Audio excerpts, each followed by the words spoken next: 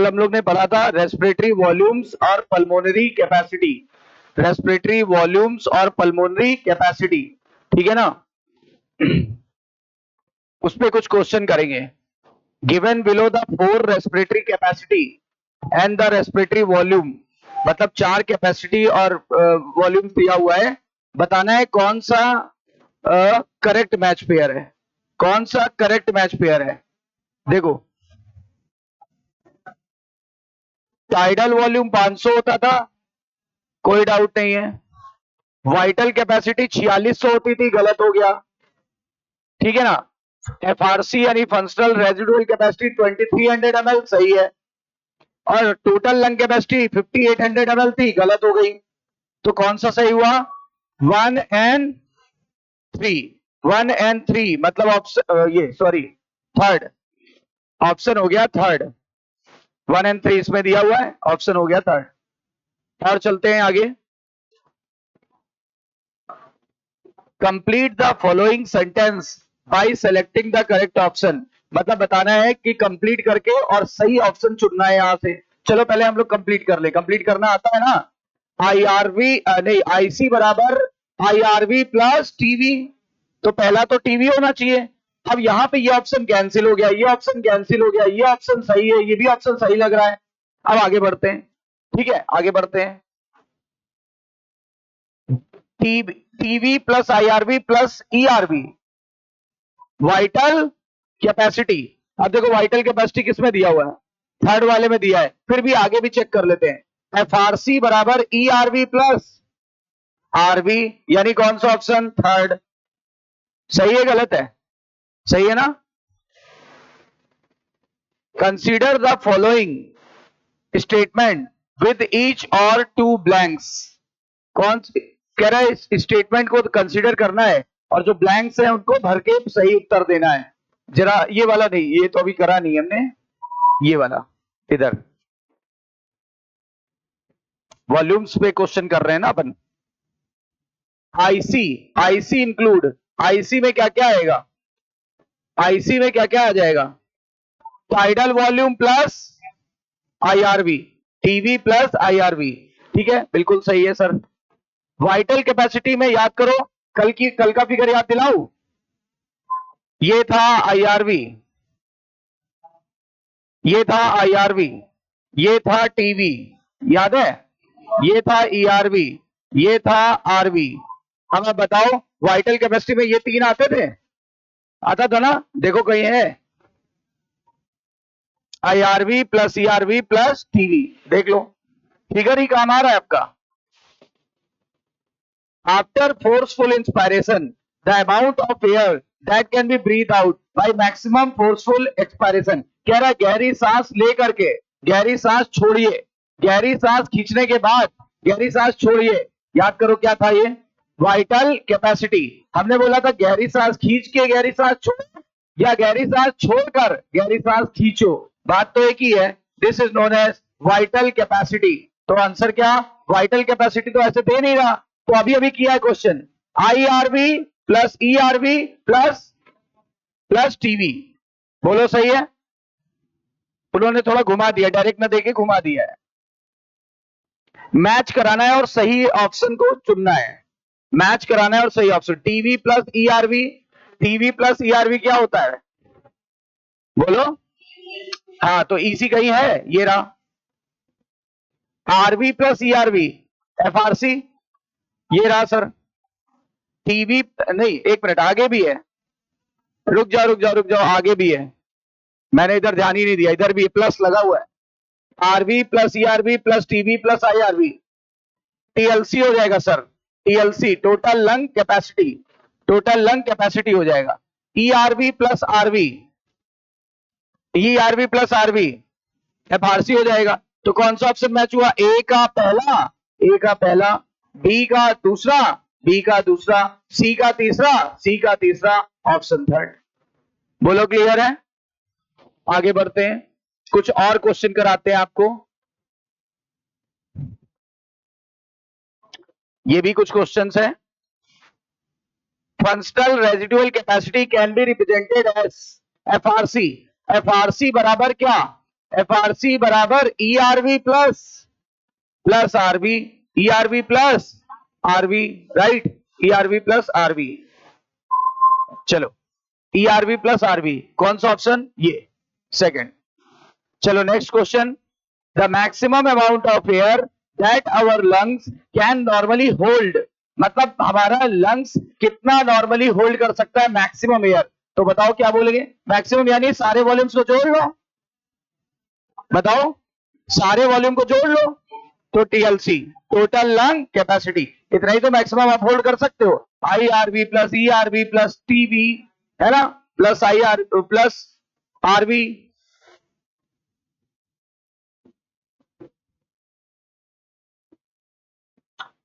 6000 से 8000 ml, हाँ 6000 से 8000 ml क्या था याद करो? हाँ, वॉल्यूम ऑफ नॉर्मल एक्सपायरेशन पर मिनट। बोलो सही है ना? या तो नॉर्मल एक्सपायरेशन लिख देता या नॉर्मल इंस्पायरेशन लिख देता, मतलब 1 मिनट में जितना भी वॉल्यूम हम एक्सचेंज कर लेते हैं उसको हमने बताया था आपको मिनट वॉल्यूम। ये मिनट वॉल्यूम पूछ रहा है, यानी 5000 को अगर 500 ml को 12 से मल्टीप्लाई करेंगे 6000 आएगा, और अगर 16 से मल्टीप्लाई करेंगे तो आंसर आएगा 8000 ml। याद आया कुछ? तो आंसर क्या हो जाएगा? ये। Next, the volume of air that remains in the lungs after normal expiration. बोल रहे हैं जब हम सामान्य सांस छोड़ देते हैं, अगर हमने सामान्य सांस छोड़ दी तो कितनी एयर बची रहेगी? तो बची रहेगी, बताओ FRC। क्या बची रहेगी? FRC बची रहेगी। FRC दिया हुआ है ऑप्शन में, ये देखो FRC ऑप्शन में दिया हुआ है, चौथा option. Tidal volume of human being is, tidal volume human being की कितनी होती है? टाइडल वॉल्यूम होती है 500 ml, 500 ml। The greatest quantity of air that can B expired after maximum inspiratory effort, बताओ क्या होगा? बोल रहा है कितनी मैक्सिमम क्वांटिटी हम एक्सपायर कर सकते हैं after maximum inspiratory effort. Vital capacity, vital capacity कह रहा है गहरी सांस ले लिया हमने, फिर उसके बाद गहरी सांस कितनी छोड़ सकते हैं, या गहरी सांस छोड़ के कितनी गहरी सांस ले सकते हैं, उसको बोलते हैं vital capacity. Vital capacity, right, vital capacity. Next आगे, लगभग 1200 ml एयर हमेशा बची रहती है लंग्स में, वो कौन सी होती है? ठीक है ना, रेसिडुअल रिजर्व वॉल्यूम, कल बोला था ना, या तो रेसिडुअल वॉल्यूम बोलो या रिजर्व वॉल्यूम बोलो, बोला था कि नहीं बोला था? तो आंसर आ जाएगा ये आपका थर्ड, क्योंकि हमेशा 1200 थी और इसको स्पायरोमीटर से मेजर नहीं किया जा सकता था। याद आया? Which has the lowest value, किसकी वैल्यू सबसे कम होगी? सुनो, ये 500 ml होगी, ये 5800 ml होगी, IRV आपकी लगभग 2500 से 3000 होगी, ये हाँ 4600 ml होगी, VC लिखा है ना, और ERV जो होगी वो कितनी होगी? लगभग 1000 से 1100 ml होगी। ठीक है, तो आंसर आएगा आपका सबसे कम कौन सी वैल्यू है? ये। और अगर सबसे ज्यादा पूछता तो, अच्छा मान लो TLC भी दिया होता तो सबसे ज्यादा किसकी होती? TLC यानी टोटल लंग कैपेसिटी 5800 ml होती कि नहीं होती? हाँ चलो, तो इसमें दो क्वेश्चन बन सकते थे, मिनिमम पूछ रहा है तो ये, और हाईएस्ट वैल्यू पूछता तो, अरे सबसे ज्यादा क्या है? अरे 4600 ज्यादा है कि 500 ज्यादा है? तो इसी क्वेश्चन में अगर हाईएस्ट पूछता तो 46 तो आंसर देते। अच्छा, अगर मान लो वाइटल कैपेसिटी के साथ साथ यहां मैं लगा देता TLC, अब हाईएस्ट बताओ कौन सी हो जाए? हाँ, तो TLC हो जाती, TLC होती है 5800 ml, राइट। क्वेश्चन प्रैक्टिस बहुत जरूरी है। Total vital capacity of lung is, हाँ अब 4600 ml आती है, लेकिन जानते हो आसपास जो वैल्यू है उसको हम सेलेक्ट कर लेंगे। अब आसपास वैल्यू हमें एक ही दिख रही है, सॉरी अरे रुको, तो ये आसपास वैल्यू ये है, the amount of air that moves in and out of the lungs with each normal inspiration and expiration. कह रहा है प्रत्येक सांस में जितनी एयर लेते हैं और निकालते हैं, और वो भी कह रहे हैं नॉर्मल सांस में, तो क्या answer? Tidal volume, tidal volume that is 500 ml, that is 500 ml। Next, कह रहे करेक्ट इक्वेशन चुनिए देखिए पढ़िए, आपको पता लग जाएगा। टीएलसी कह रहा है वाइटल कैपेसिटी और टाइडल वॉल्यूम के बराबर होगी। गलत, गलत है। अगर होती भी तो tidal volume plus RV, tidal volume plus, कल लास्ट वाला पॉइंट यही लिखाया था, आखिरी में यही लिखा गया, तो चेक करो जरा नोट में लिखाया था ना, टीएलसी बराबर vital capacity plus residual volume, vital capacity plus residual volume. उस हिसाब से ये इक्वेशन गलत है।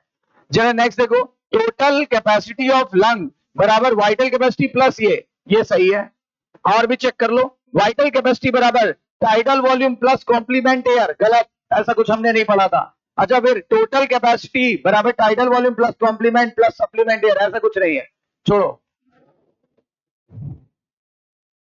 Vital capacity of lung of the world class athlete is, vital capacity जो पूरे उसकी होती है, ये क्वेश्चन वैसे नहीं आएगा, वर्ल्ड क्लास की बहुत ज्यादा होती है, आपके सिलेबस में नहीं है। बस इतना मैंने आपको करा दिया, सारे इस पे क्वेश्चंस जो कि गैसेस वॉल्यूम्स पर बेस्ड थे। एक और कोई है? हाँ एक और है। वाइटल कैपेसिटी बराबर क्या? IRV plus ERV plus TV, ऊपर के तीन, हमारे फिगर के ऊपर के तीन, ऊपर के तीन कौन से? आईआरवी, टीवी और ईआरवी। तो आंसर कौन सा हो जाएगा? आईआरवी ईआरवी, फर्स्ट, फर्स्ट हो जाएगा। Amount of air exchange in breathing can be measured by spirometer. अच्छा रेस्पायरोमीटर दिया होता तो क्या उसको सेलेक्ट करते हैं? रेस्पायरोमीटर से क्या निकाली जाती है? आरक्यू। आरक्यू क्या होता है? रेस्पिरेटरी क्विसेंट, श्वसन गुणांक। और आरक्यू क्या बताया था? कितना CO2 निकालेंगे और कितना O2 लेंगे, किसमें? जब भी किसी भी हम रेस्पिरेटरी सबस्ट्रेट को ऑक्सीडाइज करेंगे, तब ये आएगा। अभी ये पढ़ना बाकी है, ठीक है, फिर भी हमने हिंट दे दिया था आपको, ठीक है ना। तो ये होगा आज का टॉपिक है गैसेस एक्सचेंज, गैसेस एक्सचेंज। तो इसके जब ये टॉपिक पढ़ लेंगे तो इसके क्वेश्चन लगाएंगे। समझ में आई बात? तो आज का टॉपिक क्या है? Gaseous exchange. हेडिंग डालिए, गैसी विनिमय, यानी गैसियस एक्सचेंज, गैसी विनिमय।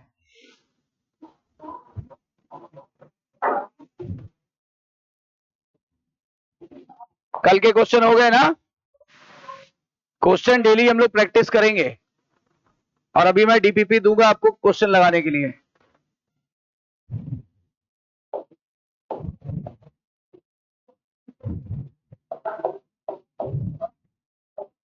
गैसियस एक्सचेंज यानी गैसीय विनिमय।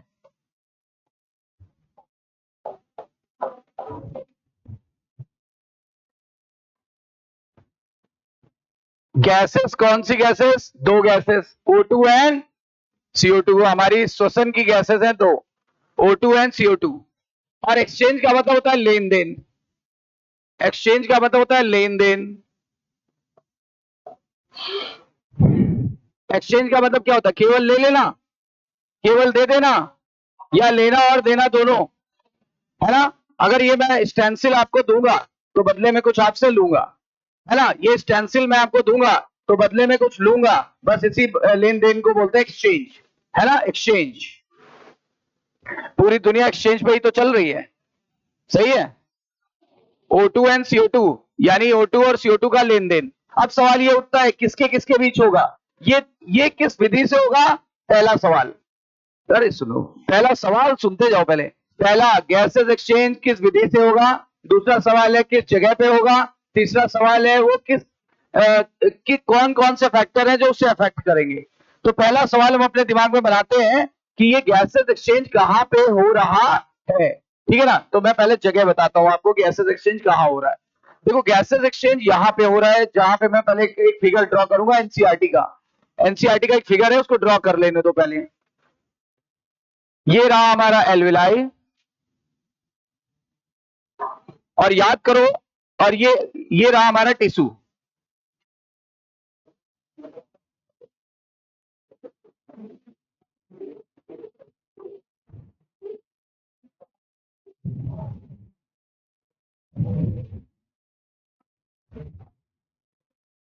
ये हमारा टिश्यू है, ये उसका न्यूक्लियस है, ये एल्विलाई है, और दोनों के बीच में कनेक्शन है। और उस कनेक्शन को देखो, ये आप जानते हो, हार्ट।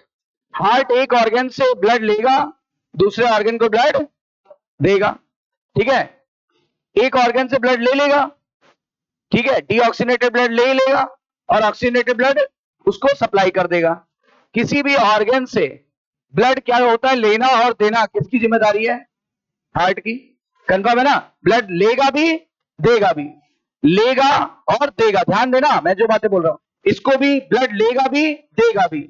ऑर्गन से ब्लड लेता भी है, ऑर्गन को ब्लड देता भी है। चलिए पहले इसके बीच का कनेक्शन बना दें। जरा देखो, दो चीजें आपने पढ़ी होंगी। एक चीज पढ़ी है आपने, ध्यान देना,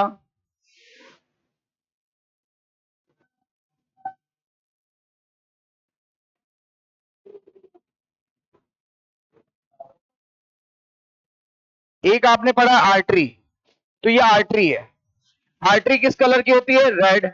सर क्यों होती है? क्योंकि उसमें ऑक्सीजनेटेड ब्लड होता है, उसमें ऑक्सीकृत वो रक्त होता है। ब्लड, ब्लड यानी रक्त यानी खून, सही है ना? इसलिए वो रेड कलर की दिखती है। कंफर्म है? वो रेड कलर की दिखती है।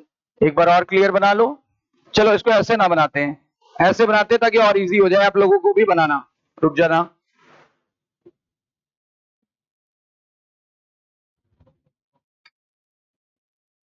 अब ठीक है। यहां से स्टार्ट हुई, हार्ट में आई, हार्ट ने उसे पंप कर दिया कहां पे? बोलो बोलो। हार्ट ने पंप कर दिया टिश्यू को, यहां से ब्लड सप्लाई निकली, फिर हार्ट में आई और हार्ट ने उस ब्लड को पंप कर दिया टिश्यू को। ऐसे ही सेम क्या होता है, एक वो भी होगी। ये देखो आगे आगे, ये क्या है? ये वेन है, ये हार्ट में गई, हार्ट ने उसको सप्लाई कर दिया कहां पे? यहां पे। बोलो, कोई डाउट? कोई डाउट है?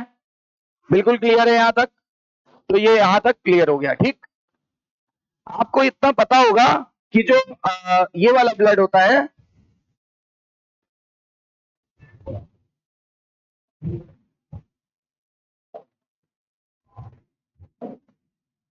इधर वाली चीज कहलाती है क्या? ये है, इधर है, देखो यहां से देखो, ध्यान देना।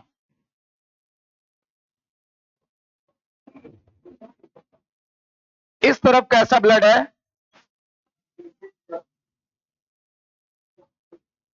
डीऑक्सीजनेटेड ब्लड, यानी अनऑक्सीकृत ब्लड।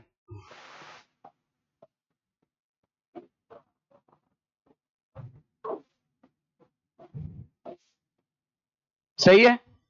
अच्छा, अनऑक्सीकृत ब्लड क्या होता है? जिसमें CO2 ज्यादा हो, जिसमें O2 कम हो, ठीक है ना? अच्छा आगे, इधर की तरफ जो अपन लिखेंगे वो कैसा लिखेंगे? इस तरफ का जो ब्लड था वो कैसा है? डीऑक्सीजनेटेड। इधर का ब्लड कैसा दिख रहा है अपने को?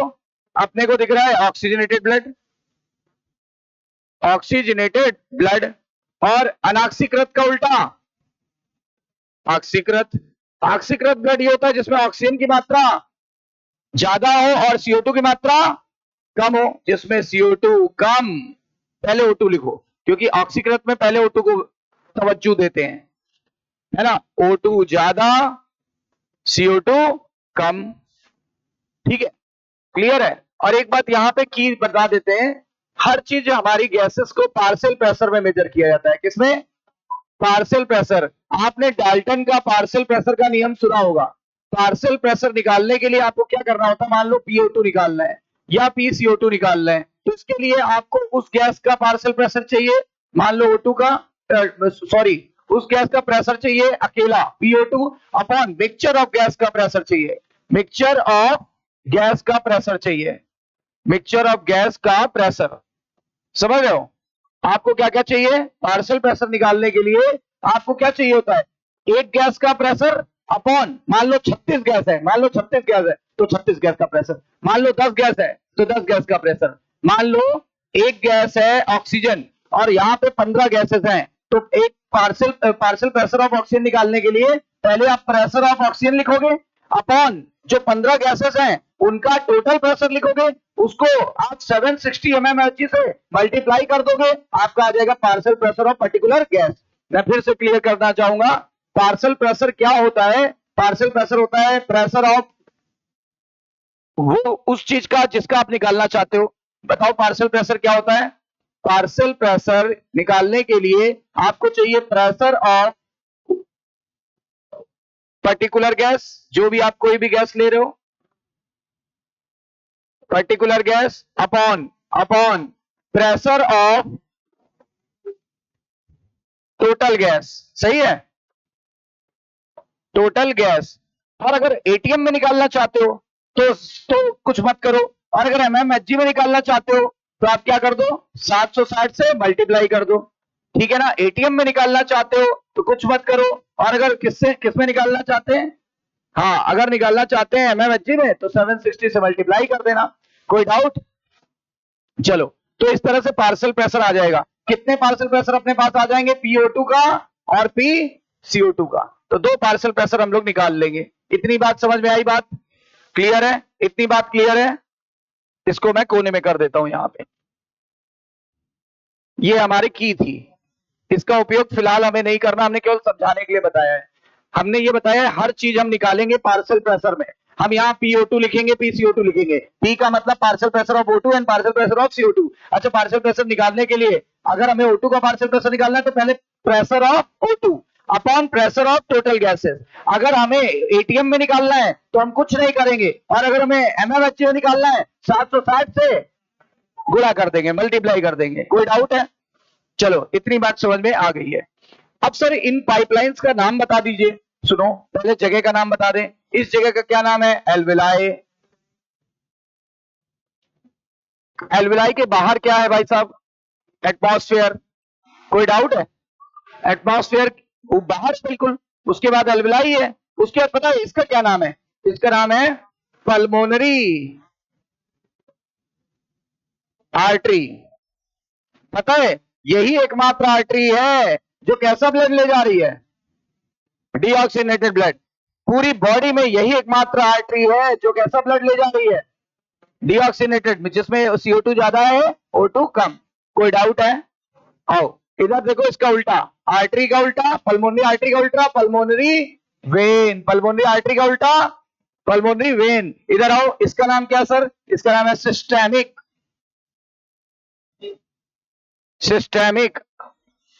वेन।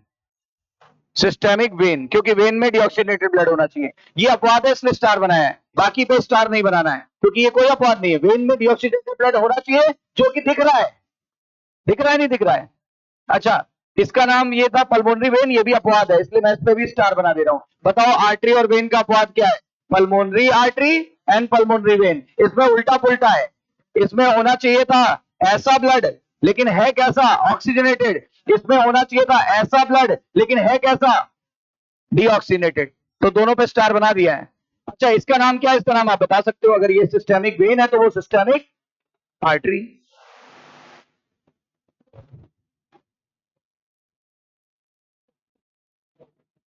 अब सुनना, मेरी बात सुनना। यहां पे पार्शियल प्रेशर PO2 का है 158, 159 के करीब। कुछ बुक लिखती 158, हम एनसीईआरटी फॉलो कर रहे हैं तो 159। ठीक है ना। और PCO2 का जो पार्शियल प्रेशर है यहां पे है 0.3। ठीक है, कंफर्म है? तो ये दो पार्शियल प्रेशर है, एनसीईआरटी में देख लो, ये पार्शियल प्रेशर्स दिए हुए हैं। बताते हैं कहां पे, रुक जाओ।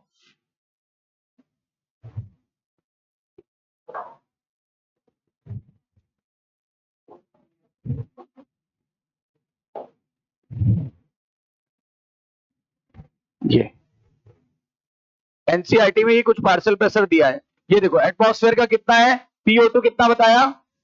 159। और CO2 कितना? Partial pressure of O2 in atmosphere is, और partial pressure of CO2 in atmosphere is, right. अब एल्विलाई में चलते हैं। एल्विलाई में देखो ना, एक खास बात देखना, खास बात, जैसे जैसे नीचे जाओगे, जैसे जैसे टिश्यू की तरफ जाओगे, तो लंग से टिश्यू की तरफ जाने पर O2 घटेगा और CO2 बढ़ेगा। O2 घटेगा, CO2 बढ़ेगा। अब बताओ, O2 इससे कम हो जाना चाहिए, CO2 इससे ज्यादा हो जाना चाहिए। तो देखो, इससे कम दिया हुआ है कितना? 104, और ये 40 हो गया, बढ़ गया। तो 104 और 40, इसके अंदर PO2 कितना है? 104। और PCO2 कितना है? 40, केवल 40, क्योंकि देखो अभी भी ब्लड कैसा है, ऑक्सीजनेटेड। ठीक है, अब देखना, ध्यान देना, यहां पे चेक करते हैं, यहां चेक करते हैं, पहले रुक जाना, यहां पे CO2 ज्यादा है कि O2? यहां CO2 ज्यादा है, CO2 ज्यादा है ना, हम लिख देते हैं, इधर का पूरा पार्शियल प्रेशर इधर लिख देते हैं, यहां PO2 है, PCO2 है, पहले CO2 लिखो, PCO2 है 45 और PO2 है 40, यानी इस जगह पर भी यही है, इस जगह पर भी यही है, दोनों जगह, क्योंकि मैंने पूरे डीऑक्सीनेटेड ब्लड के लिए लिख दिया ना। तो यहां कोई पूछे सिस्टेमिक वेन का क्या हाल है, तो बताना वहां पे PO2 है 45 और PO2 है 40। क्यों? यही ब्लड तो घूम के यहां आ रहा है, यही ब्लड तो घूम के यहां आ रहा है ना।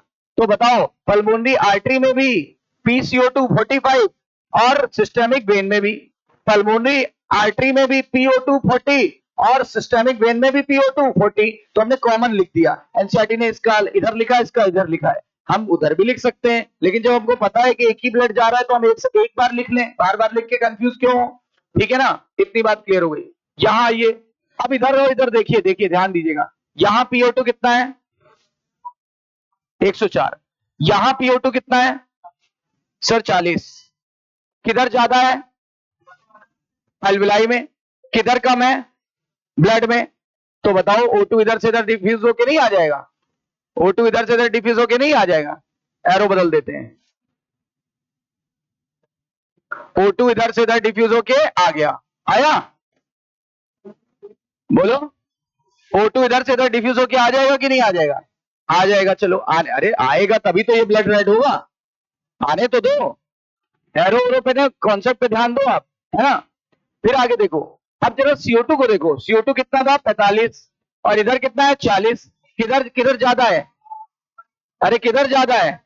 ब्लड में ज्यादा है, किसकी तुलना में? एल्विलाई की तुलना में। मेरी बात फिर से ध्यान दो, फिर से ध्यान दो, CO2 कितना है इसमें सर? 45। एल्विलाई में कितना है? किधर ज्यादा है? ब्लड में। किधर कम है? और डिफ्यूजन किधर से किधर होता है? हाई कॉन्सेंट्रेशन से। तो क्या कहते हो, CO2 इधर नहीं चला जाएगा? CO2 चला जाएगा कि नहीं चला जाएगा? CO2 चला गया, हो गया डिफ्यूजन। तो बताओ, प्राइमरी गैसेस एक्सचेंज किसके किसके बीच हुआ? एल्विलाई और ब्लड, एल्विलाई और ब्लड। किस विधि से हुआ? Simple diffusion. किस विधि से हुआ? सिंपल डिफ्यूजन, सिंपल डिफ्यूजन से हुआ। What is diffusion? विसरण, सामान्य विसरण, हिंदी में बोलते हैं सामान्य विसरण। विसरण हमेशा किधर से किधर काम करता है?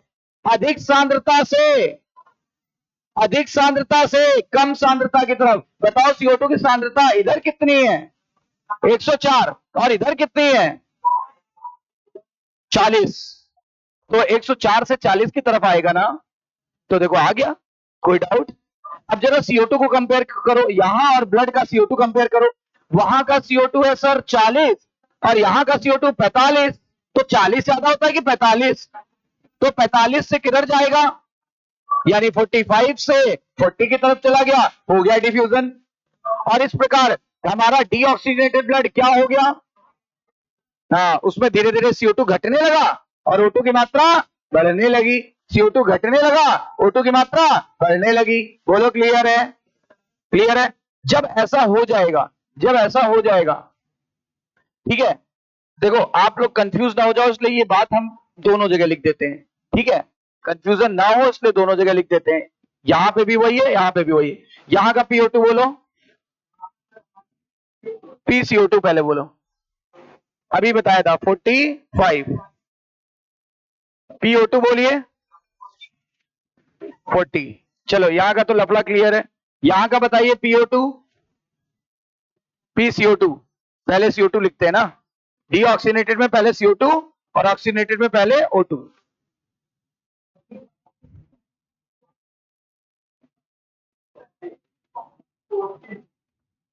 कोई डाउट है? नहीं। और ये चीज हम समझ चुके हैं कि इसी वजह से यहां एक्सचेंज हो रहा है। देखो यहां देखो, 45 से 40 की तरफ CO2 को देखो, 45 से 40 की तरफ। जरा O2 को देखो, O2 104 से 40 की तरफ। सही है ना, 104 से 40 की तरफ। जब यहाँ पे गैसेस एक्सचेंज होगा तो एक खास बात नोट करनी है, क्या? CO2 की ब्लड में सॉल्युबिलिटी 20 से 25 गुना ज्यादा है। सर किसकी तुलना में? O2 की तुलना में।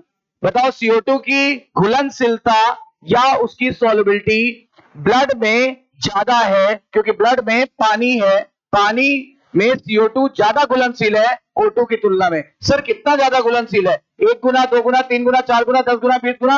20 से 25 गुना। कौन ज्यादा घुलनशील है? कितना ज्यादा घुलनशील है? किसकी तुलना में?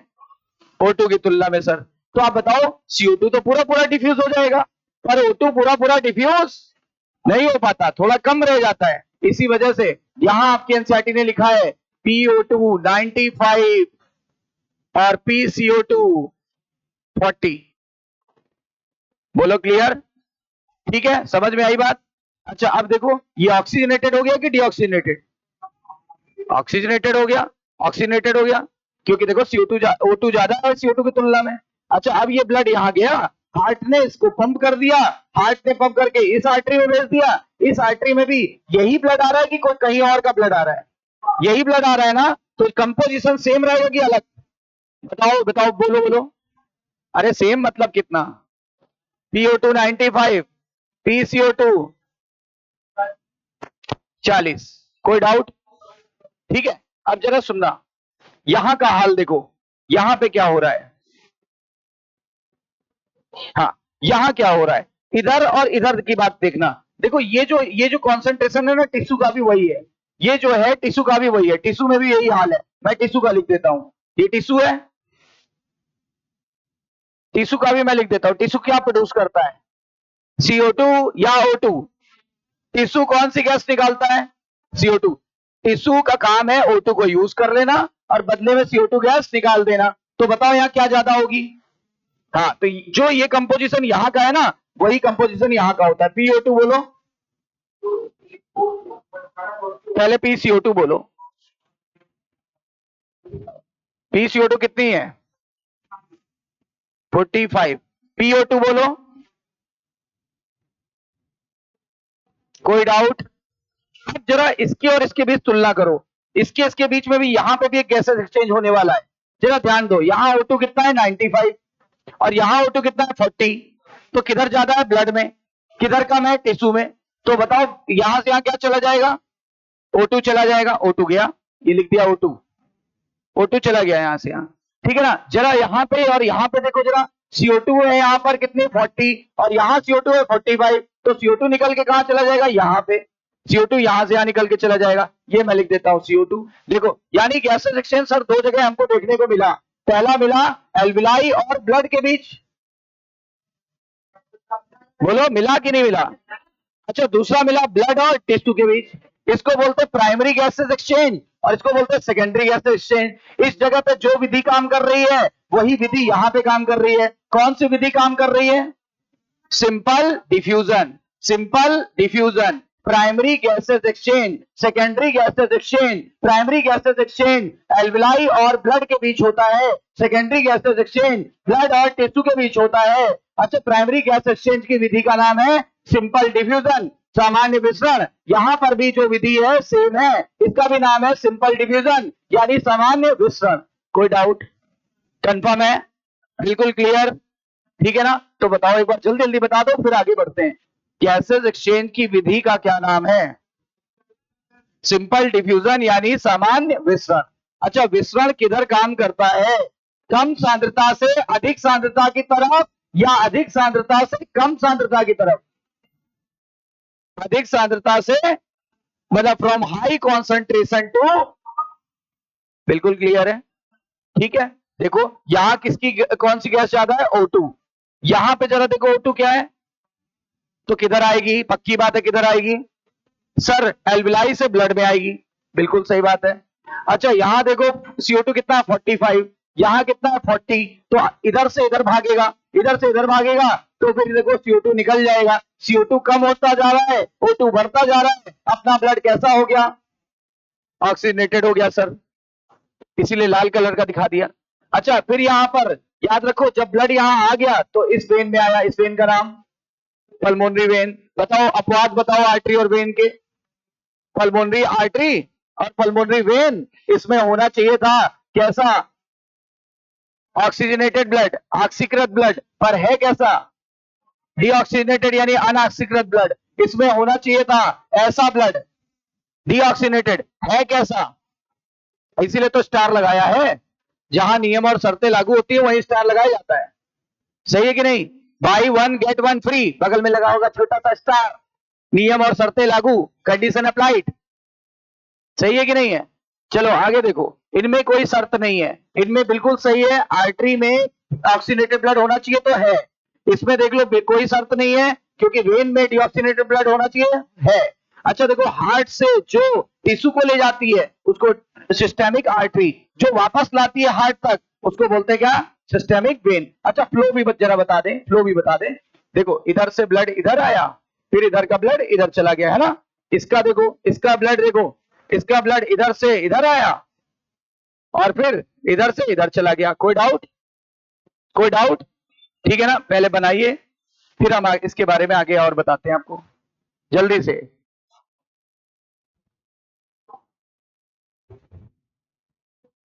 पार्शियल प्रेशर क्या होता है? उस गैस का प्रेशर जिसका निकालना चाहते हो अपॉन जितनी गैसेस है उस जगह पे, उन सब का प्रेशर, उसको उससे डिवाइड कर दो। और अगर आप एटीएम में निकालना चाहते हो तो कुछ मत करो, और अगर आप निकालना चाहते हो किस पे? एमएमएचजी में, तो 760 से गुणा कर दो। कंफर्म? बना लो, पीडीएफ भी शेयर कर देंगे, वीडियो भी तो आई जाती है।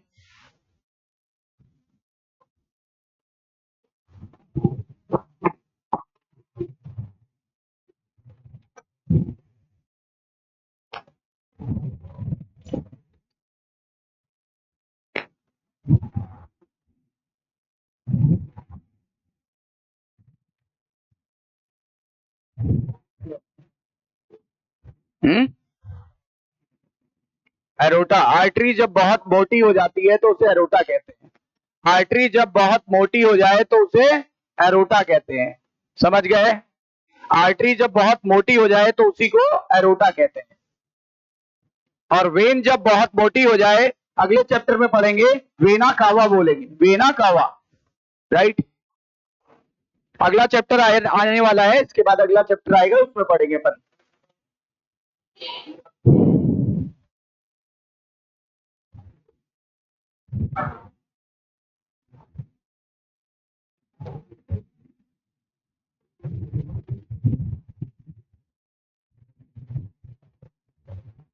Pressure of particular gas upon pressure of total gas, इसका रेशियो कहलाता है पार्शियल प्रेशर। हम कितने प्रेशर निकालेंगे? दो, एक PO2 और एक PCO2। ये जितने भी लिखे हुए हैं ये सब पार्शियल प्रेशर लिखा है, O2 का और CO2 का।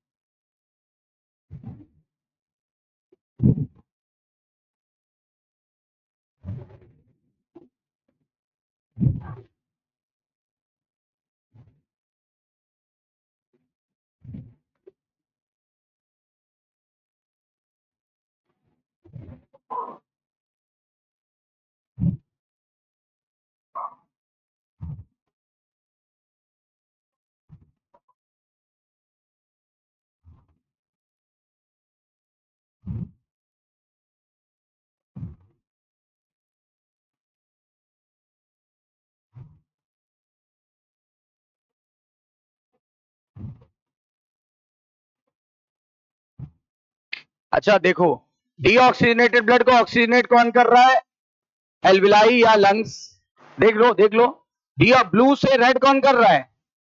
एल्विलाई या लंग बोल सकते हैं। अच्छा बताओ, ऑक्सीजनेटेड से डीऑक्सीजनेटेड यानी रेड से ब्लू कौन कर रहा है? हाँ, ये कर रहा है टिश्यू। अभी लिखाऊंगा ये सब क्वेश्चन, सारे क्वेश्चन पूछे गए हैं, प्रीवियस ईयर क्वेश्चंस।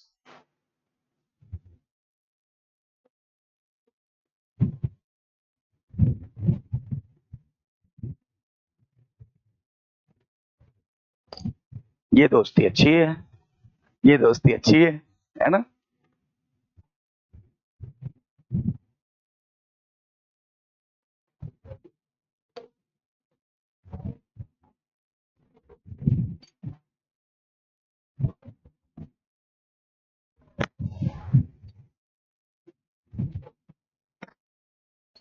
अब क्लियर हो गया एक्सपैरेशन इंस्पायरेशन? अब तो डाउट नहीं।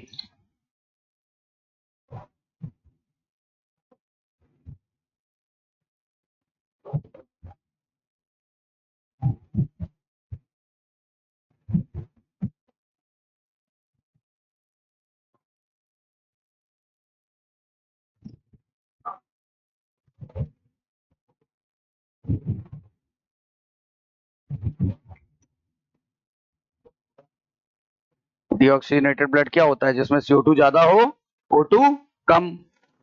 लिखा ना अनऑक्सीकृत ब्लड, जिसमें ऑक्सीजन की कमी हो, और ऑक्सीकृत मतलब जिसमें ऑक्सीजन अधिक हो।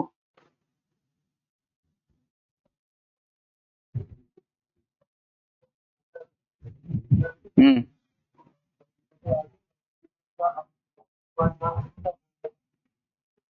कहाँ खत्म होता है कहाँ शुरू होता है, मतलब मैं नहीं समझा। हाँ, पल्मोनरी आर्टरी खुद एक अपवाद है। पल्मोनरी आर्टरी जो है खुद एक अपवाद है। मतलब लंग से स्टार्ट होता है, एल्विलाई से स्टार्ट होता है और हार्ट पे खत्म होता है। ठीक है ना? लंग पे स्टार्ट होता है, हार्ट पे खत्म होता है। उसी तरह जो पल्मोनरी वेन है वो लंग से स्टार्ट हो रही है, हार्ट पे खत्म हो रही, देख लो तो वहीं तक तो अपवाद रहेगा ना। राइट।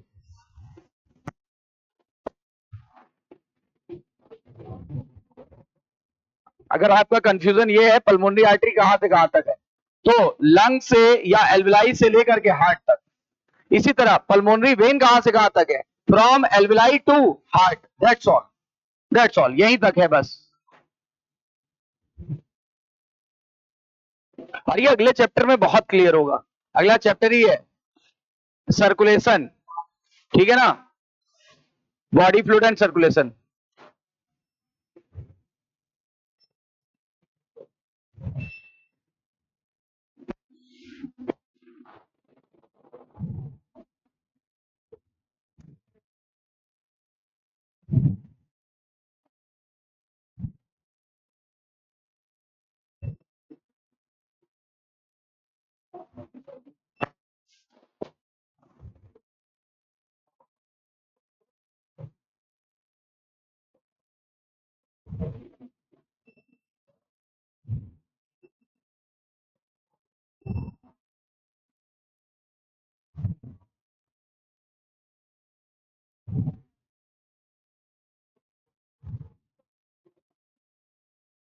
बढ़े आगे।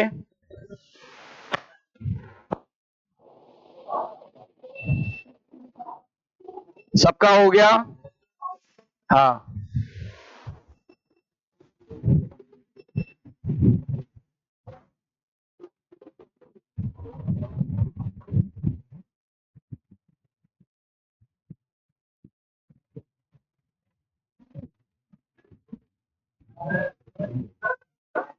हाँ हाँ, तो उसमें क्या, प्राकृतिक आपदा थोड़ा ना आ गई जो सर सर सर।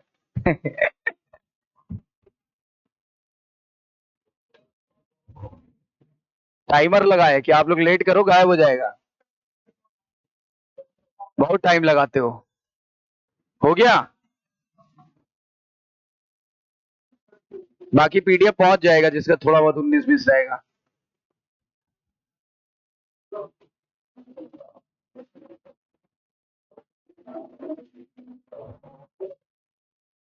अब देखो, अब क्या होता है, सबसे पहले हम ये पढ़ेंगे कि गैसेस एक्सचेंज कहां कहां पे हो रहा है। तो कहां कहां पे हो रहा है? एल्विलाई और ब्लड। और यहां बोलना ब्लड और टिश्यू। बिल्कुल सिस्टमैटिक, जो दिखे वही बोलो। सबसे पहले एल्विलाई और ब्लड, यहां पे ब्लड और दो जगह पे हो रहा है। तो मैं आता हूं, गैसेस एक्सचेंज दो जगह पर हो रहा है।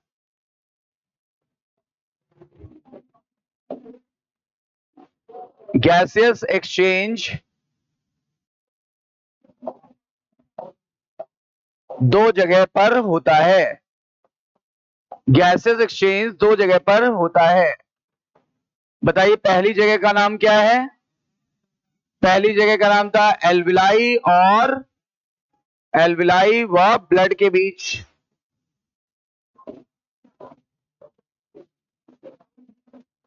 ठीक है, दूसरा हो रहा है ब्लड और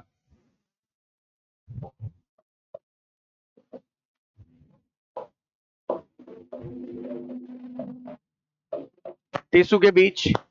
अच्छा, मेथड कौन सा काम कर रहा हो, चाहे यहां हो रहा हो चाहे वहां हो रहा हो? अगर हम पूछे बाय विच मेथड, तो मेथड का नाम था सिंपल डिफ्यूजन। सिंपल डिफ्यूजन,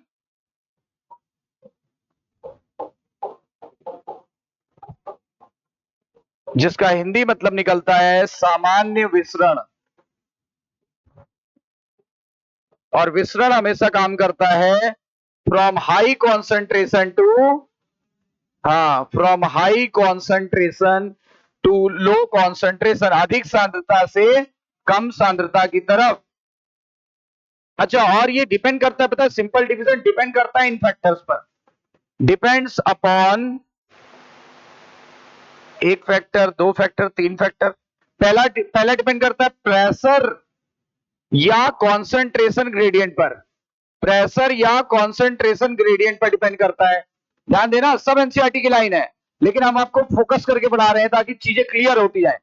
पहला फैक्टर जिस पर सिंपल डिवीजन अफेक्ट करता है या डिपेंड करता है, बताइए क्या क्या बोलेंगे उसे? पहला फैक्टर बताइए जिस पर यह डिपेंड करता है, प्रेशर या कॉन्सेंट्रेशन ग्रेडियंट।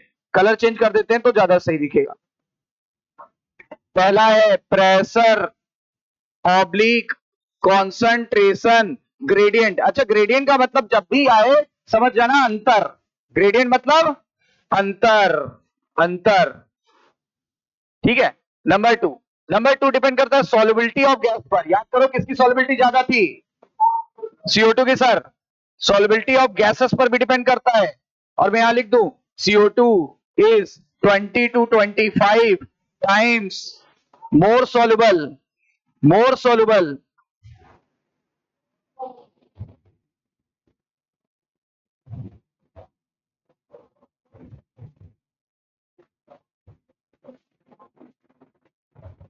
Then O2।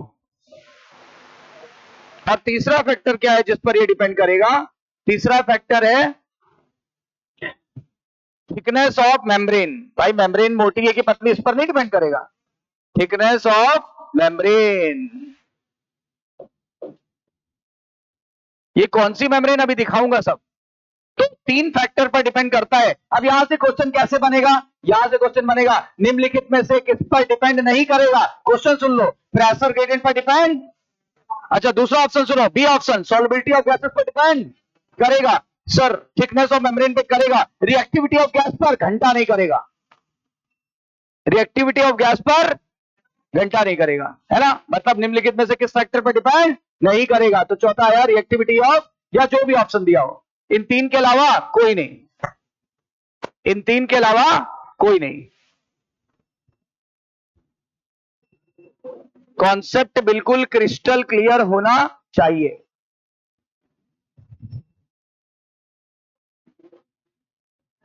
दोनों ही जगह मेथड काम कर रहा है। सिंपल डिफ्यूजन डिपेंड कर रहा है तीन फैक्टर पर, और हाई कॉन्सेंट्रेशन से अपन लो कॉन्सेंट्रेशन की तरफ चीजों को ले जाएंगे। एक बात और यहां मैं लिखना चाहूंगा, यहां हो रहा था प्राइमरी गैसेस एक्सचेंज। बोलो,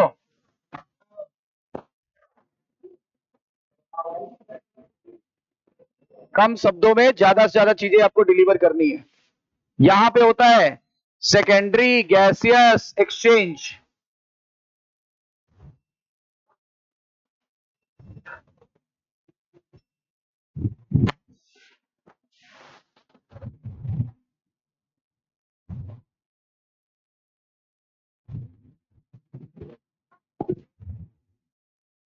primary gaseous exchange and secondary gaseous exchange.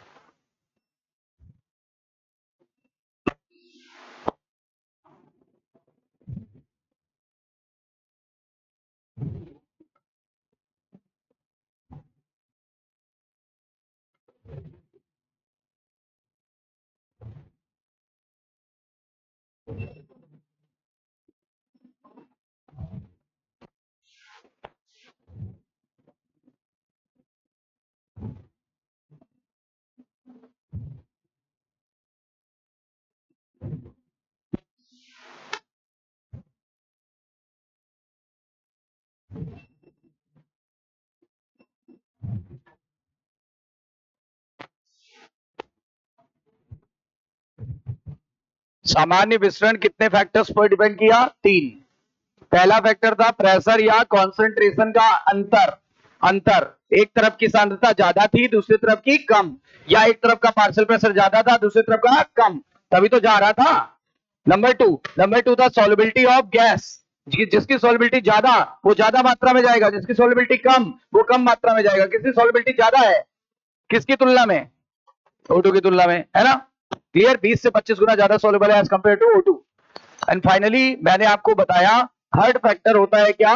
Thickness of membrane. Membrane अगर पतली होगी तो डिफ्यूजन का रेट फास्ट होगा, मेम्ब्रेन अगर मोटी होगी तो डिफ्यूजन का रेट स्लो होगा।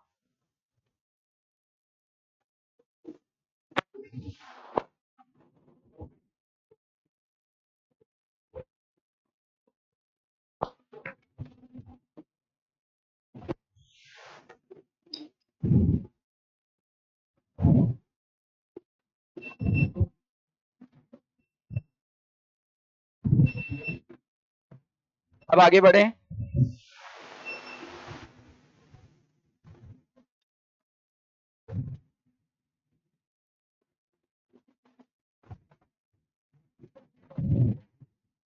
प्राइमरी गैसेस एक्सचेंज किसके किसके बीच होता है?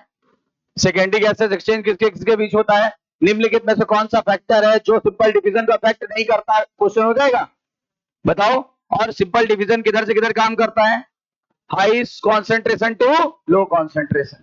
ठीक है, रुको, इतनी बात पहले एनसीईआरटी से क्लियर कर लें। ये एनसीईआरटी है, टॉपिक चल रहा है गैसेस एक्सचेंज। हम लोग देखते हैं कि हमें कितना समझ आया, हमने कितना कवर किया, हमने क्या क्या क्वेश्चन सॉल्व कर लेंगे, क्योंकि एनसीईआरटी के बाहर एक भी क्वेश्चन नहीं आता। Alveoli are the primary site for gaseous exchange, नहीं बताया है? सबसे प्राइमरी गैसेस एक्सचेंज होता है एल्विलाई और ब्लड के बीच। एल्विलाई और ब्लड के बीच। कह रहा है एक्सचेंज ऑफ गैसेस एक और जगह पे होता है। कह रहा है देखो ना, ऑल्सो लगाया, ऑल्सो। कह रहा है एक्सचेंज ऑफ गैसेस एक और जगह पर भी होता है, और between the blood and tissue. यानी ये हुआ प्राइमरी, तो ये हुआ सेकेंडरी। एनसीईआरटी बिना कहे ही सब कुछ कह देती है, इशारों में समझा करो। O2 and CO2 are exchanged in this site by which method? Mainly depend upon pressure या concentration gradient और solubility of gases और thickness of membrane। बिल्कुल रटी पड़ी है आपको तो, सही है। फिर कह रहा है involved in diffusion also some important factor that can affect the rate of diffusion। कहते हैं और भी बहुत सारे फैक्टर हैं पर वो हमें पढ़ना नहीं है। ठीक है, आते हैं। कहता है pressure contributed by individual gas. कहता है एक गैस का कोई ना कोई प्रेशर होगा, हमने बताया था। अगर हम उसको मिक्सचर ऑफ गैसेस से भाग दे दें या डिवाइड कर दें तो आंसर क्या आ जाएगा? पार्शियल प्रेशर आ जाएगा। वही कह रहा है, कह रहा है pressure contributed by individual gas in a mixture of gas is called partial pressure. हमने निकालना बताया था। पार्शियल प्रेशर बराबर उस गैस का प्रेशर अपॉन टोटल मिक्सचर में जितनी गैसेस हैं सबको डिवाइड कर दो तो आ जाएगा पार्शियल प्रेशर। अगर एटीएम में निकालना है तो 760 से मल्टीप्लाई नहीं करेंगे, और अगर एमएमएचजी में निकालना है 760 से मल्टीप्लाई कर देंगे। चलो anyway, is represented as PO2 and PCO2। कह रहे हैं ऑक्सीजन के लिए PO2 वर्ड यूज करेंगे और CO2 के लिए PCO2 वर्ड यूज करेंगे। मैंने किया था कि नहीं किया था? किया था sir. Partial pressure of two gases मतलब PO2 and CO2 in the atmosphere, air and the two site of diffusion। two site कौन सी साइड? प्राइमरी साइट और सेकेंडरी साइट। दोनों साइड पर टेबल 17.1 में दी हुई है, और इससे क्वेश्चन पक्का आएगा। 17.1 में भी दी है, और फिगर अभी दिखाएंगे 17.3। जो मैंने बनाया था वो फिगर 17.3 था। अब ये टेबल मैं अभी बनवाऊंगा, ये 17.1 है, ये देखो। हाँ, इससे क्वेश्चन आता ही आता है। The given in the table clearly indicate the concentration gradient for oxygen from alveoli to blood and the blood to tissue. कह रहा है इस टेबल में वो सांद्रता दी हुई है जो आप देख पा रहे हो कहां से कहां तक, from oxygen from alveoli to blood and blood to tissue. Oxygen कहां से कहां गया था, एल्विलाई से ब्लड में और ब्लड से टिश्यू में। और कह रहा है इसी टेबल में, सिमिलरली इसी टेबल में आप देख पाओगे CO2 का। अब CO2 किधर जाएगी, from tissue to blood and blood to alveoli. Figure देखो अपना ये वाला, इस टेबल में हम दिखाएंगे the blood from alveoli, sorry the oxygen from alveoli to blood and from blood to tissue. और CO2 किधर दिखाएंगे, from tissue to blood and from blood to alveoli. बोलो क्लियर है, कंफर्म है, इतनी बात समझ में आ गई। ये टेबल अभी मैं बनवाऊंगा आपको, रुक जाओ, आप खुद ही बना लोगे, मेरी जरूरत नहीं पड़ेगी आपको।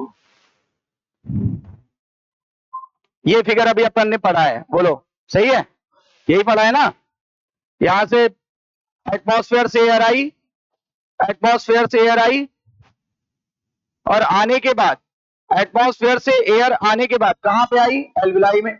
एल्विलाई में पार्शियल प्रेशर ऑफ O2 कितना था, 104, और CO2 कितना था, 40। यहां कितना था, CO2 था 45 और O2 था 40। अब बताओ CO2 इधर से इधर निकल गई, O2 इधर से इधर आ गया पल्मोनरी वेन में, पल्मोनरी वेन से हार्ट में आ गया, हार्ट ने उसे पंप करके सिस्टमिक आर्टरी में भेज दिया। सिस्टमिक आर्टरी में आपको पता है जितना यहां था उतना ही यहां होगा, कितना था यहाँ, O2 95 और CO2 40, 95 एंड 40, यही यहां पर आ गया। यहां पर आने के बाद अंदर मैंने बताया था यहां है 45 CO2, 40 O2, अब एक्सचेंज हो गया फिर से। अच्छा फिर यहाँ पे देखो जितना यहाँ था उतना ही यहाँ पे भी है, यानी 40 45, जितना यहाँ था उतना ही यहाँ पे भी है 40 45, यहाँ पे फिर ये साइकिल लगातार चलती रही। और ये आपको बताया था पल्मोनरी आर्टरी अपवाद है, पल्मोनरी वेन अपवाद है, सिस्टेमिक वेन अपवाद नहीं था, सिस्टेमिक आर्टरी अपवाद नहीं था। सब जगह का प्रेशर आपको क्लियर है, और ये फिगर मैंने आते आते क्लियर कराया ना। और क्या, और मैंने कुछ बातें और बोली थी, मैंने बोला था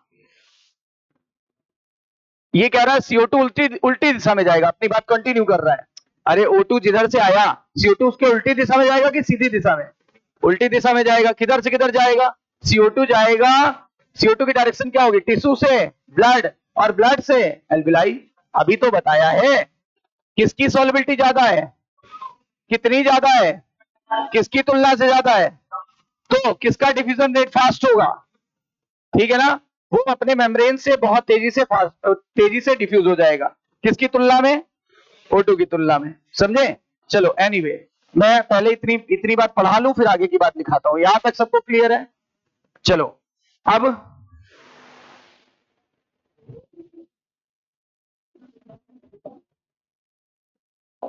पार्शियल प्रेशर,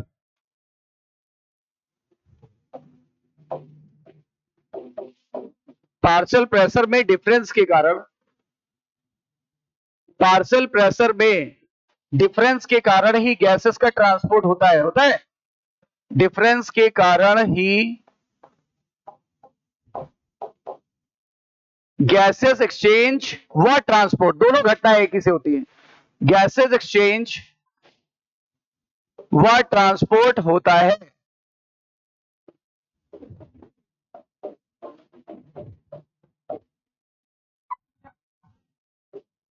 जरा बताओ टिश्यू का सॉरी O2 का ट्रांसपोर्ट क्या है, O2 का ट्रांसपोर्ट क्या होगा, O2 का ट्रांसपोर्ट किस दिशा में होगा, आंसर आएगा सर पहले एल्विलाई में था, एल्विलाई से गया ब्लड में और ब्लड से गया टिश्यू में चला गया सर, बिल्कुल सही जवाब।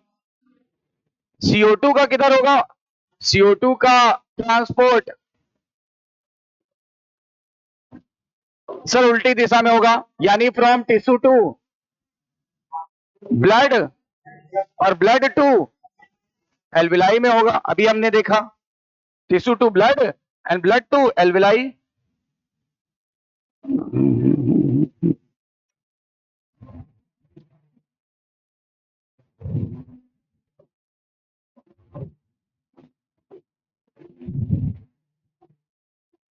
ठीक है, अब आगे चलते हैं, इसका टेबल बना लें, table of partial pressure of O2 and partial pressure of CO2। यहां से क्वेश्चन पक्का पक्का पक्का पक्का आता है, यहां से क्वेश्चन पक्का आता है, कंफर्म 100% बनता ही बनता है।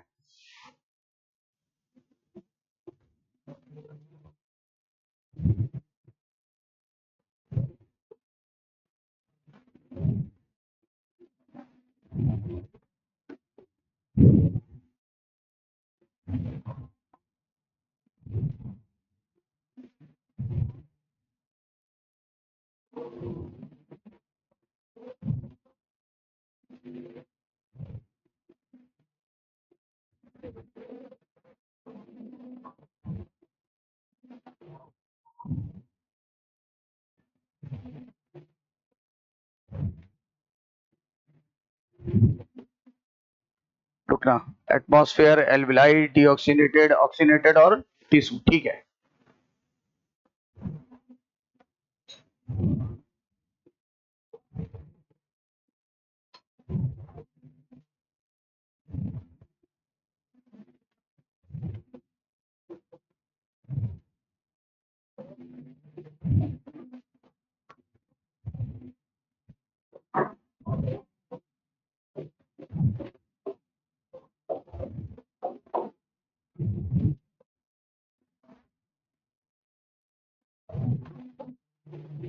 यहां पे पार्शियल प्रेशर ऑफ O2, ये वाली टेबल बता रहा हूं। एक तरफ पार्शियल प्रेशर, पहले रेस्पिरेटरी गैसेस, फिर PO2 और फिर PCO2। पहले रेस्पिरेटरी गैसेस,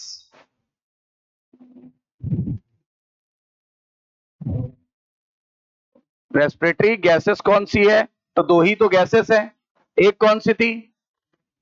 PO2 और दूसरी कौन थी? PCO2, है ना। एक पूछेगा कहां पे, पूछेगा पहले एटमॉस्फेयर में पूछ रहा है, फिर आपसे पूछ रहा है एल्विलाई में बता दो, आपको पता है सब, एल्विलाई में बता दो, फिर एक डीऑक्सीनेटेड ब्लड में बता दो, फिर एक टिश्यू में बता देना, और एक लास्ट में ऑक्सीजनेटेड ब्लड में बता देना। तो इस तरीके से कई जगह पे हमें बताना है। अरे कोई नहीं, हम जानबूझ के ऐसा लिख रहे हैं।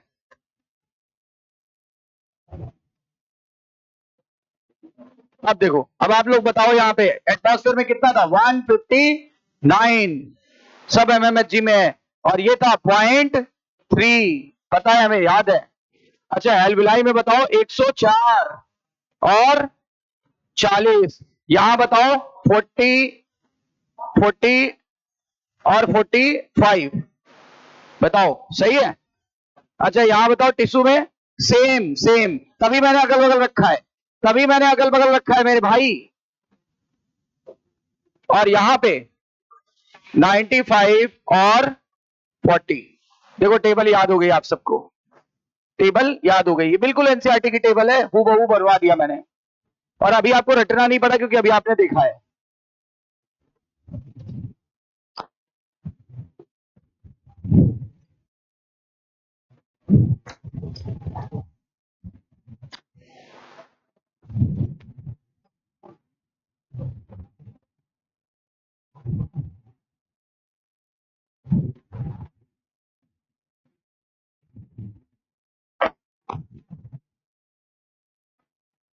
एटमॉस्फेयर में पूछेगा तो आंसर ये वाला पहले ब्लॉक वाला आएगा, एल्विलाई में पूछेगा ये सेकंड ब्लॉक वाला 104 40 वाला आएगा, डीऑक्सीनेटेड ब्लड और टिश्यू में पूछेगा दोनों का एक ही आंसर आएगा, ऑक्सीजनेटेड ब्लड में पूछेगा तो आंसर आपका ये वाला आएगा, लास्ट वाला।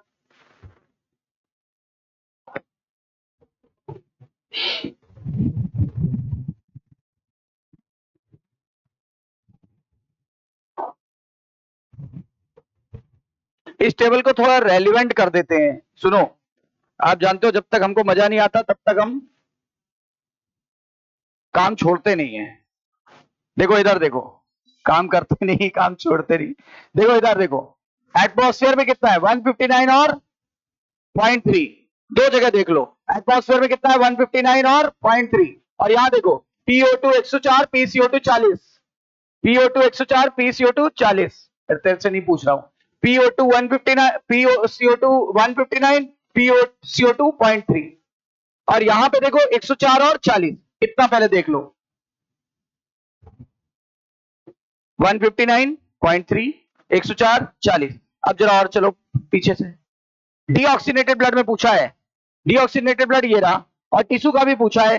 देखो 45, 40, 45, 40, ठीक है। चलो देखते हैं।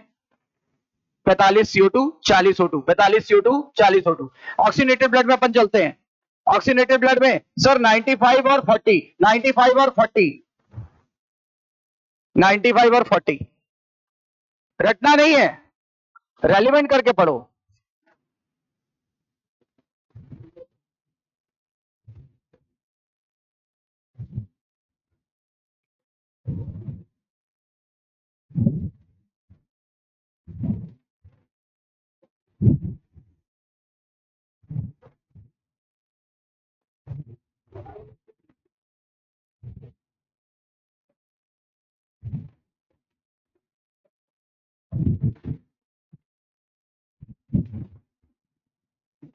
अभी हमने बात की थी एक मेम्ब्रेन के अक्रॉस डिफ्यूजन होता है ना। मैंने बोला था कि नहीं बोला था कि मेम्ब्रेन के आर पार ही तो डिफ्यूजन होता है। सर कौन सी मेम्ब्रेन बता रहे हैं, आ रहे हैं वहीं पे। जब मेम्ब्रेन परमेबिलिटी बोली थी तो सर मेम्ब्रेन कहां गई, दिखाओ तो सही, है ना। तो मैं आता हूं उसी मेम्ब्रेन पे। लिख गया, हो गया। अरे डाटा ही तो नोट करना था।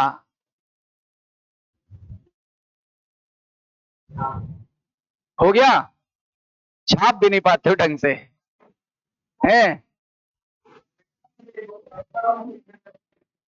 हो गया क्लियर, बढ़े आगे।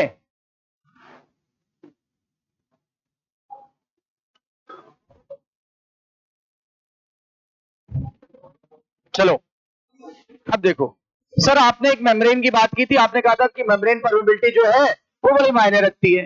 तो मेम्ब्रेन कहां गई, उसका नाम क्या है, उसका नाम है डिफ्यूजन मेम्ब्रेन या रेस्पिरेटरी मेम्ब्रेन। आइए पहले एनसीईआरटी पे नजर डालें, फिर हम आपको बताते हैं।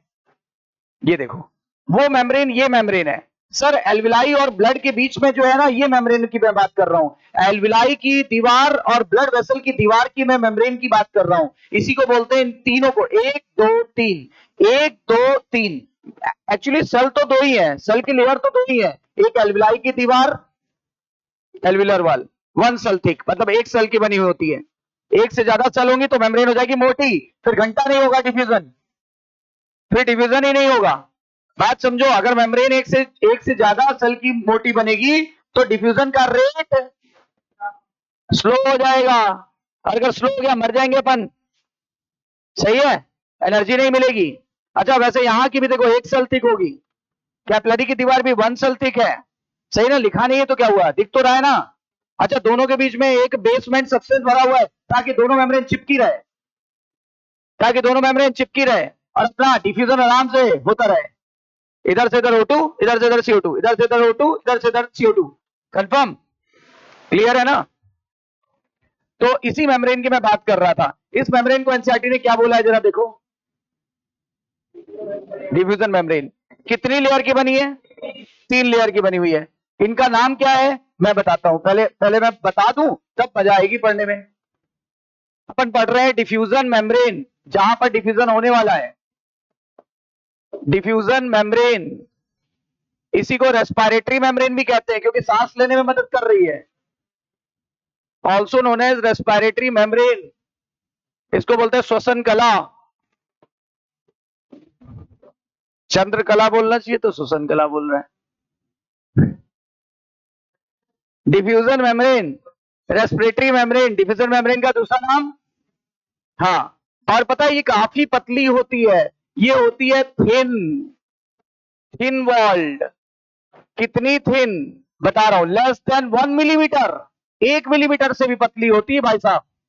अच्छा और हाईली वेस्कुलर होती है। हाईली वेस्कुलर का मतलब क्या होता है सर, आपने बताया तो था, हम भूल रहे हैं।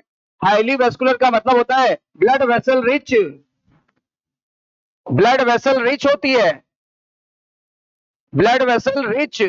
और यहां बहुत सारी पतली पतली ब्लड वेसल होती है। याद करो, पतली पतली ब्लड वेसल को क्या बोलते थे अपन?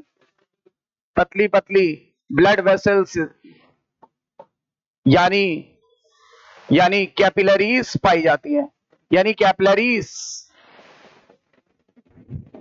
याद है, कैपिलरीज प्रेजेंट होती है, कैपिलरीज प्रेजेंट होती है। ठीक है, चलो इतनी बात तो अपने को समझ आई। जरा ये रही एल्वलाई की दीवार, हमने देख ली एल्वलाई की दीवार। इसकी दीवार एक सेल की बनी होती है। देखो अभी आपको एनसीईआरटी दिखाया और हम बना भी लेंगे।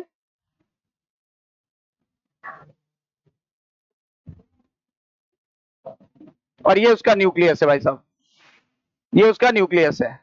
बनाओ ना बनाओ कोई फर्क नहीं पड़ता, पर बनाओगे तो ज्यादा बेटर है। और ये रहा एल्विलर, एल्विलर वाल, एल्विलर वाल। और एनसीईआरटी लिखा था ना, one cell thick, one cell thick, एक सेल की बनी होती है। यहां थिक का मतलब मोटा नहीं है, एक सेल की इसकी मोटाई एक सेल जितनी होती है, ये कहना चाहते हैं। यहां पे मतलब ये मत समझ जाना मोटी है ये मेम्ब्रेन, मोटी नहीं है। मोटी का मतलब क्या? One cell thick. बच्चे चले आते मुंह उठाए, मुंह उठाए चले आते हैं, सर यहाँ थिक लिखा हुआ है, टोपा हो क्या? थिक का मतलब इसकी मोटाई केवल एक सेल जितनी होती है, समझे? हाँ, तो alveolar wall one cell thick, मतलब इसकी मोटाई केवल एक सेल जितनी है। अब आगे चलते हैं। अब इसके बाद आएगा कैपिलरी, ब्लड कैपिलरी। ये रही ब्लड कैपिलरी।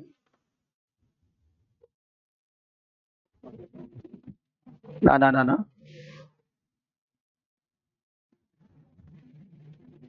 और इसकी दीवार भी वन सेल थिक होती है।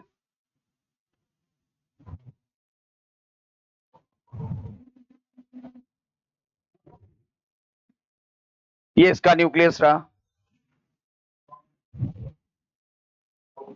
इधर से भी बना लो, एक सेल थिक होती है।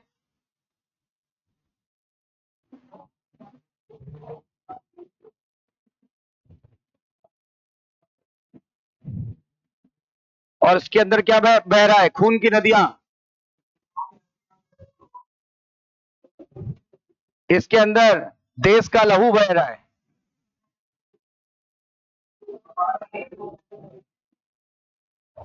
ठीक है ना, इसके अंदर ब्लड बह रहा है, ये ब्लड बह रहा है। ठीक है, अच्छा, और इसकी जो दीवार है वो भी वन सेल थिक है। ये है कैपिलरी वॉल, कैपिलरी वॉल, ये भी है वन सेल थिक। अभी बताते हैं। अब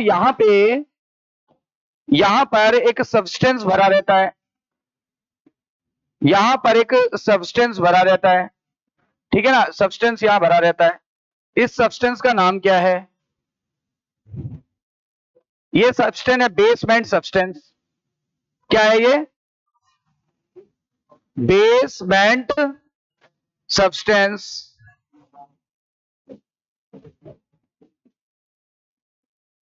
इन्हीं तीनों को अपन मिला लें, इन्हीं तीनों को मिला लें। देखो कौन सी तीन चीजें? एक दो तीन, ये यही है अपनी रेस्पिरेटरी या डिफ्यूजन मेम्ब्रेन। मैं लिख देता हूं डीएम या आरएम, डीएम या आरएम। यहां से डीएम बोल दिया, यहां से आरएम बोल दिया।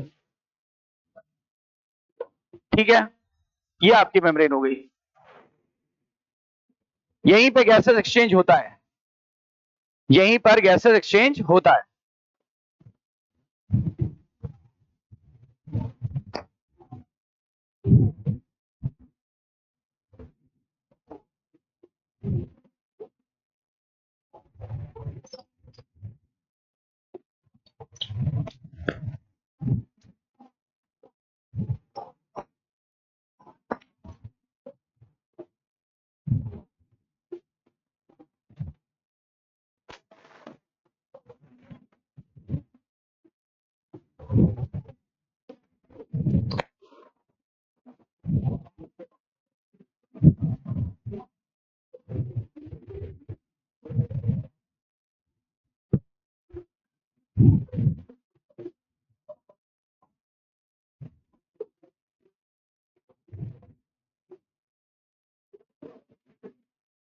तो डिफ्यूजन मेम्ब्रेन या रेस्पिरेटरी मेम्ब्रेन थिन वॉल्ड होती है कि थिक वॉल्ड? कितनी? लेस देन 1 मिलीमीटर थिक, ठीक है। हाईली वेस्कुलर होती है। वेस्कुलर का क्या मतलब होता है? जहां पर ब्लड वेसल्स बहुत ज्यादा पाई जाए, यानी पतली पतली ब्लड वेसल्स यानी कैपिलरीज प्रेजेंट होती हैं। और हमारी डिफ्यूजन मेम्ब्रेन या रेस्पिरेटरी मेम्ब्रेन 3 लेयर की बनी होती है।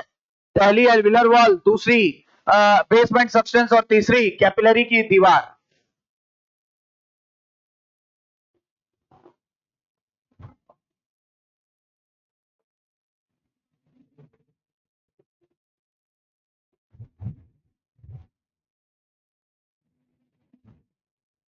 अरे ज्यादा डिजाइन नहीं बनानी है, जल्दी जल्दी बनाओ।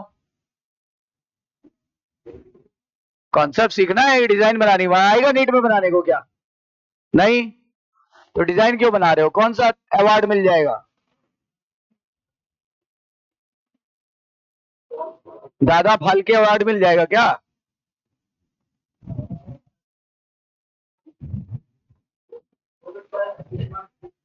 हम्म, हो सकता है ग्रेस मार्क मिल जाए, जब बनाने को आएगा तब तक ग्रेस मार्क मिलेगा। OMR पे 500 का नोट चिपका देना।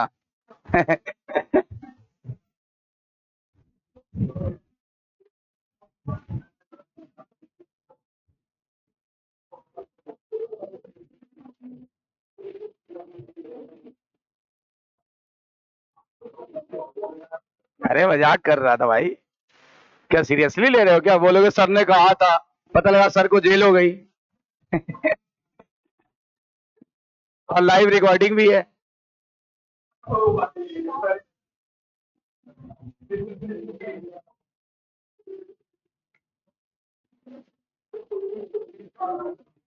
ये बात क्लियर हो गई? बढ़े आगे।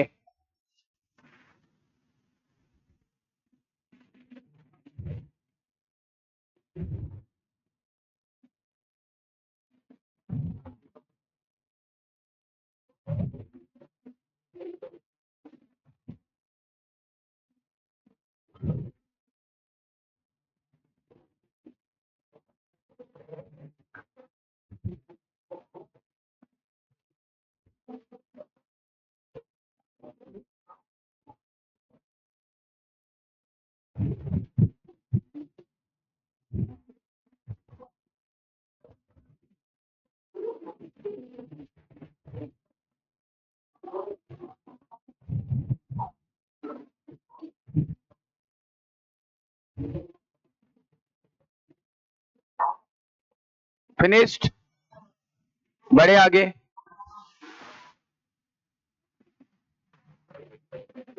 अभी हम लोग ने ये चीज क्लियर करी। अब एक क्वेश्चन इस दायरे से और अंदर का आता है। क्या आता है सर? ये आता है, कितनी आरएम या डीएम, आरएम या डीएम जो है वो 3 लेयर की बनी थी। पहली क्या थी? पहली थी एल्विलर वॉल। Alveolar wall. अब एल्विलर वॉल किसकी बनी होती है? Thin squamous epithelium. Thin squamous epithelium की बनी होती है। अब ये भी क्वेश्चन पूछा जाता है, थिन स्क्वैमस एपिथेलियम की बनी होती है।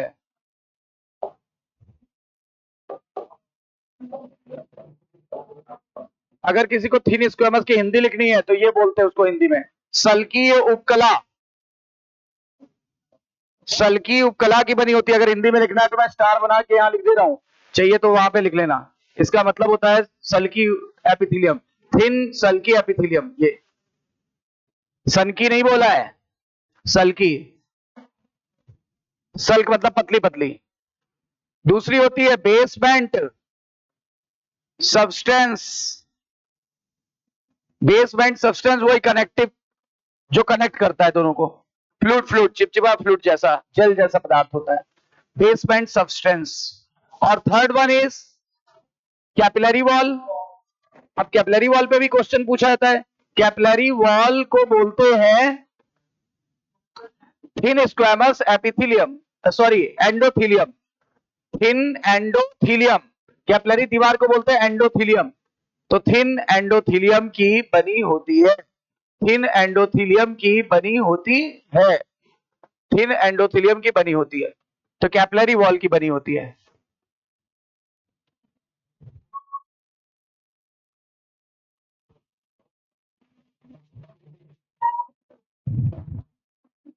अब नाम पता है तो हटा दे रहे हैं। तो एल्विलर वॉल पूछा जाए, thin squamous epithelium. Basement substance पूछा जाएगा, बोलेगा चिपचिपा पदार्थ सीमेंट जैसा है। अच्छा, कैपिलरी वॉल को बोलेंगे थिन एंडोथीलियम की बनी होती है। और तीनों मिलकर के कितनी मोटी होती है? Less than 1 mm। याद दिला दूं दोबारा, लेस देन 1 mm होती है, तभी तो डिफ्यूजन आसान होगा।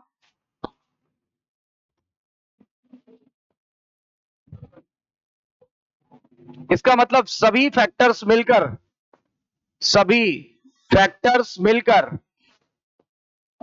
मिलकर डिफ्यूजन को क्या करते हैं? आसान बनाते हैं ना, डिफ्यूजन को इजी कर देते हैं,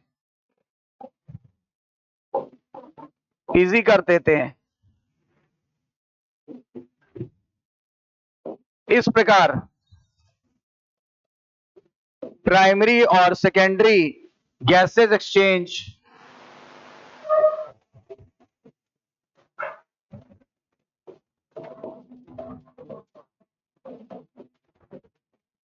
हो जाता है। खत्म, gases exchange finish.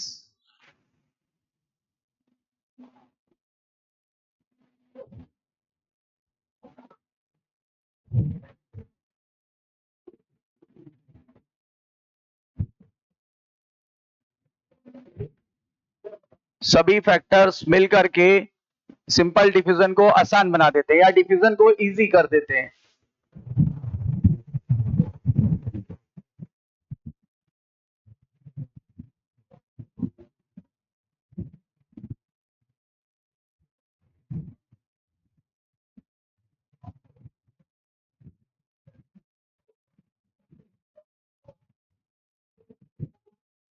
All the factors लिख लिया ना सारे, all the factors support diffusion, all the factors support diffusion so that primary and secondary gas exchange may takes place, supports diffusion, all the factors support diffusion so that primary and secondary gas exchange may takes place, right, so that primary and secondary gas exchange may take place। सही है, हम कह रहे हैं इसलिए नहीं सही है, एनसीईआरटी कह रही है इसलिए सही है, सही ही होगा। सही है ना, एनसीईआरटी है तो भरोसा है, हम तो केवल एक जरिया है, जरिया। सही है ना, हम तो चौकीदार हैं।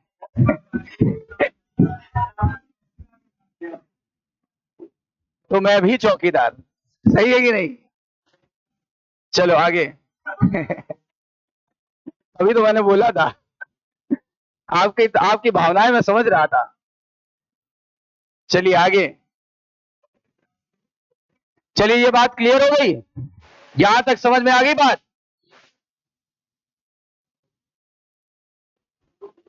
अब एनसीईआरटी एक बार पढ़ लेते हैं।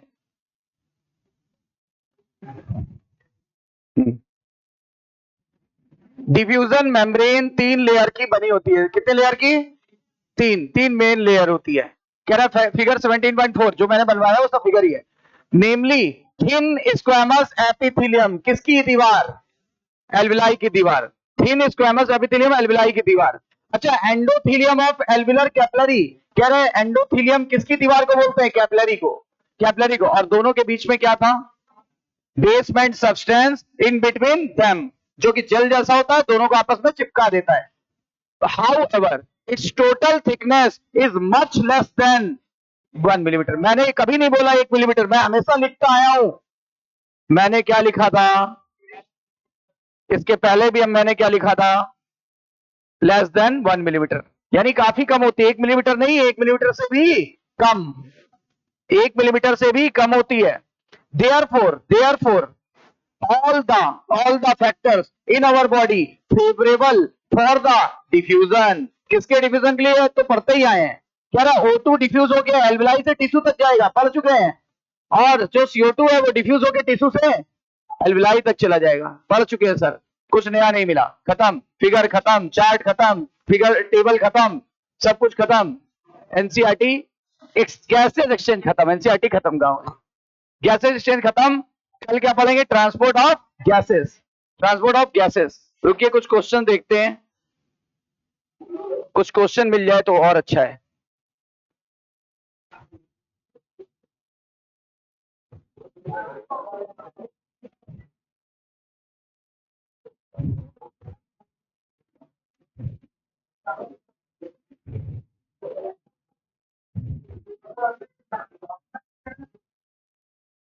नहीं ये न्यू है।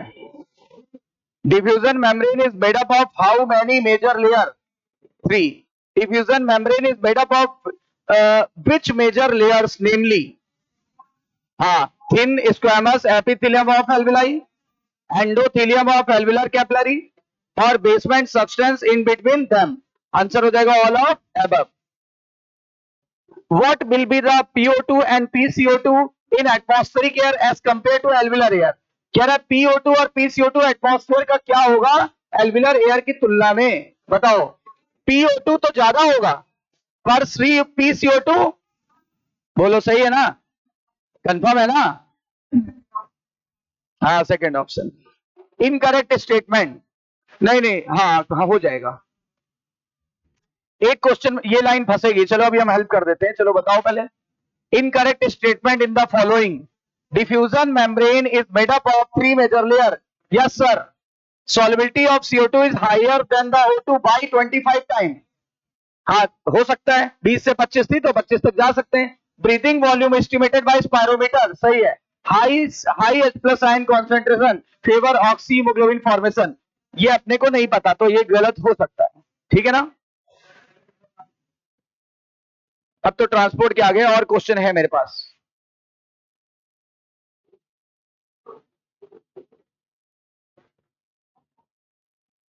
ये exchange of gases in alveoli of lungs takes place by simple division।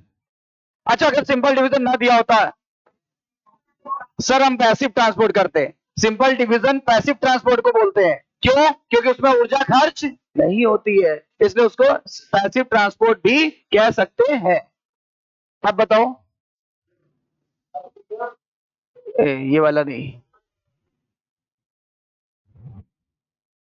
ये तो सारे O2 CO2 वाले आ गए।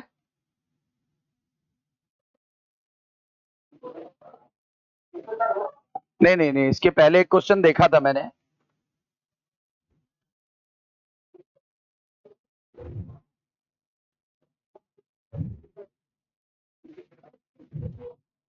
ये बताओ, ये हाँ, एक्सपायरेशन के समय दोबारा ऐसे से ऐसा हो जाएगा ना, तो कैसा हो जाएगा? डोम से। अच्छा बताओ इंस्पायरेशन के समय फ्लैट। अरे वाह, मजा आ गई, हम तो ऐसे ही समझ रहे थे आपको, आप तो वैसे निकले। ये बताएंगे अभी, रिकॉर्ड हो जाएगा ना।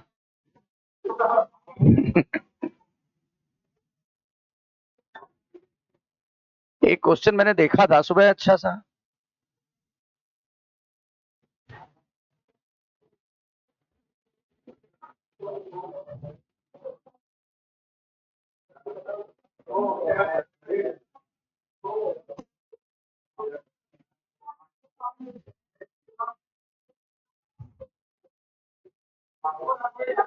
ये रहा, हाँ कहा था मैंने, देखा था।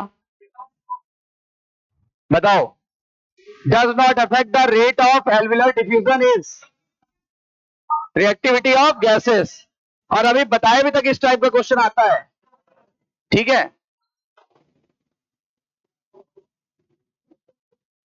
अब तो ट्रांसपोर्ट ऑफ गैसेस आ गया ना,